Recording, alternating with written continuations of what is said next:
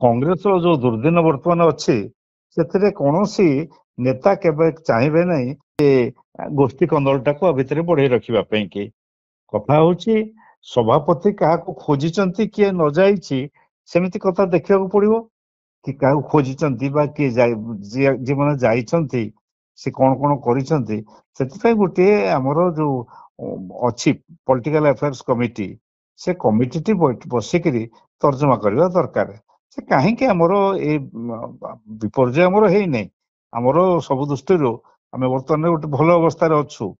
ପ୍ରଥମତଃ ହଉଛି ସେ ଦ୍ୱିତୀୟ ପୋଜିସନରେ ନିଜେ ମାଝୀ ଗତ ଥରକ ଥିଲେ, ଏଥର ମଧ୍ୟ ସେଇ ଦ୍ୱିତୀୟ ପୋଜିସନରେ ଅଛନ୍ତି। କିନ୍ତୁ ଭୋଟ କମି ଯାଇଛି। କାହିଁକି ଭୋଟ କମିଲା ସେ ସମ୍ପର୍କରେ ଗୋଟେ ଆଲୋଚନା କରିବା ପାଇଁ ପଲିଟିକାଲ ଆଫେୟାର୍ସ କମିଟିର ମିଟିଂ ଡକା ହେବା ଦରକାର, ବସିବା ଦରକାର। କିନ୍ତୁ ମତେ କାହିଁ ଲାଗୁନାହିଁ କୋଉ ନେତା ଧୀରେ କାହିଁକି କରିବେ, କଣ ପାଇଁ କରିବେ, କି ସ୍ୱାର୍ଥ ଅଛି, କୋଉଠି ପାଇଁକି ଯିବେ, କୁଆଡେ ଯିବେ, କାହିଁକି ଯିବେ, ମତେ ଲାଗୁନାହିଁ ସେମିତି। କାହାକୁ ସଭାପତି ଖୋଜିଛନ୍ତି ସେ ନ ଯାଇଛି ବା କାର୍ଯ୍ୟ କରିନାହିଁ ସେ କଥା ସେଇଟା ଦେଖାଯିବା ଦରକାର। ସାର୍ ଚର୍ଚ୍ଚା ହଉଛି ଯେ ସଭାପତି ବି କହିଛନ୍ତି ଅନେକ କିଛି ବିଭୀଷଣ ଅଛନ୍ତି ଯାହା ଯୋଗୁଁ କଂଗ୍ରେସ ହାରୁଛି। ୟା ମାନେ ତ ଗୋଟେ ଗୋଷ୍ଠୀ କନ୍ଦଳକୁ ସେ ଅଙ୍ଗୁଳି ଉଠଉଛନ୍ତି ନା ନାଇଁ? ସେ ତ ଆମ ଦଳର ସଭାପତି ମୋର ବୟସରେ ମୋ ଠାରୁ ସାନ ହେଇପାରନ୍ତି, ତେଣୁ ମୋର ତାଙ୍କ ପ୍ରତି ସମ୍ମାନ ରହିଛି। ବିଭୀଷଣ କଥାଟା ଯିଏ କହିବ ସେ ନିଜକୁ ରାବଣପୁରୀ ବୋଲି ଭାବିବ ନା ନାହିଁ? ଏଇଟା ଗୋଟେ କହିବା ଉଚିତ ଥିଲା। ସେ ଧରି ନିଆଯାଉ ବର୍ତ୍ତମାନ କଣ କୁହାଯିବ, ଯଦି ବିରୋଧୀ ଦଳ ବାଲା ପଚାରନ୍ତି ତାହେଲେ ଆପଣ କଣ ରାବଣପୁରୀ, ଆପଣଙ୍କ ଭିତରେ ବିଭୀଷଣ ଅଛନ୍ତି, କଣ ତାର ଉତ୍ତର ଦିଆଯିବ? ସେପରି କଥା କହିବା ଉଚିତ ନୁହେଁ ଆଦୌ, କାରଣ ମତେ ଭଲ ଲାଗୁନାହିଁ ଏ ଶବ୍ଦଟା।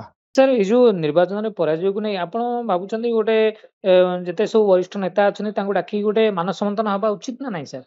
ହଁ, ପାର୍ଲାମେଣ୍ଟାରୀ ଆଫେୟାର୍ସ କମିଟି ଅଛି, ସେ ବସିକି ଆଲୋଚନା କରିବା ଦରକାର, କରିବେ ମଧ୍ୟ। ମତେ ମୋର ବିଶ୍ୱାସ ଯେ ନିଶ୍ଚୟ ସେ କଥାଟା ବସିକି ଆଲୋଚନା କରିବେ। କୋଉଠି ରହିଲା ଭୁଲ ଭଟକା ବାଇ ଇଲେକ୍ସନରେ ସେ ସମ୍ପର୍କରେ ଆଲୋଚନା କରିବା ଉଚିତ, ଆଲୋଚନା ହବ ନିଶ୍ଚୟ।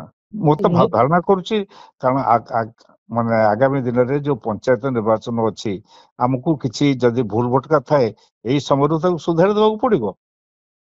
ସାର୍ ନୂଆପଡ଼ା କଥା ଦେଖିଲେ ଆପଣ ଦେଖିବେ ଯେ ବୁଥ ଗୁଡାକରେ ସବୁ ବିଜେପି ସହିତ କଂଗ୍ରେସର ଟକ୍କର ସାର୍ ହେଇଛି ଏବଂ ଅନେକ ବୁଥରେ କଂଗ୍ରେସ ଦ୍ୱିତୀୟ ସ୍ଥାନରେ ଅଛି। ଟୋଟାଲ ଦେଖିଲେ ବି କଂଗ୍ରେସ ଦ୍ୱିତୀୟ ସ୍ଥାନକୁ ଆସିଲା। ସାର୍ ଆପଣଙ୍କ ଭାବୁନାହାନ୍ତି ଏଥର ଆଉ ଟିକେ ଚେଷ୍ଟା କରିଥିଲେ, ଟିକେ ପଇସା ଅଧିକ ଖର୍ଚ୍ଚ କରିଥିଲେ କଂଗ୍ରେସ ଏଥର 1 ନମ୍ବରକୁ ଆସିପାରିଥାନ୍ତା? ନାଇଁ, ପଇସା ତ ଏକ ପାଖରେ କଂଗ୍ରେସର ଏମିତି ଭାବରେ ଯୋଉ ବର୍ତ୍ତମାନ ଯେ ସରକାର ଅଛନ୍ତି ସେ ମାନେ ବିନା କାରଣରେ ମଧ୍ୟ ସେ ଯୋଉ ଇଡି ଆଉ ଇନକମ ଟ୍ୟାକ୍ସ ସେଇ ନିର୍ବାଚନ ସମୟରେ ରେଡ୍ କରାଉଛନ୍ତି। ଦୁର୍ଭାଗ୍ୟଜନକ ଘଟଣା।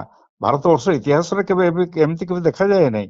ଅନ୍ୟ ଦଳ ମାନଙ୍କର ଉପରେ ସେଇ ନିର୍ବାଚନ ସମୟରେ ସରକାରୀ କଳକୁ ବ୍ୟବହାର କରିକିରି କରାଯାଏ ଏବଂ ନିଜେ ସେଫ ସାଇଡରେ ରହିକିରି ନିର୍ବାଚନ ପରିଚାଳନା କରିବେ। ଏ କଥା ଅତୀତରେ ମୋର ବହୁତ ଦିନର 50 ବର୍ଷର ଅଭିଜ୍ଞତା ରହିଛି, ଦେଖିବାର ଅଛି ଏ ରାଜନୀତି କି। ଏପରି କଥା କେବେ ଆଗରୁ ନଥିଲା। ଏଇ ସମୟରେ ଏଇ ଯୋଉ ଭାରତୀୟ ଜନତା ପାର୍ଟି ସରକାରଟି କେନ୍ଦ୍ରରେ ଅଛି ତାରି ସମୟରେ ଏସବୁ ଘଟଣା ଘଟୁଛି। ଏକ ଦୁର୍ଭାଗ୍ୟଜନକ ସ୍ଥିତି।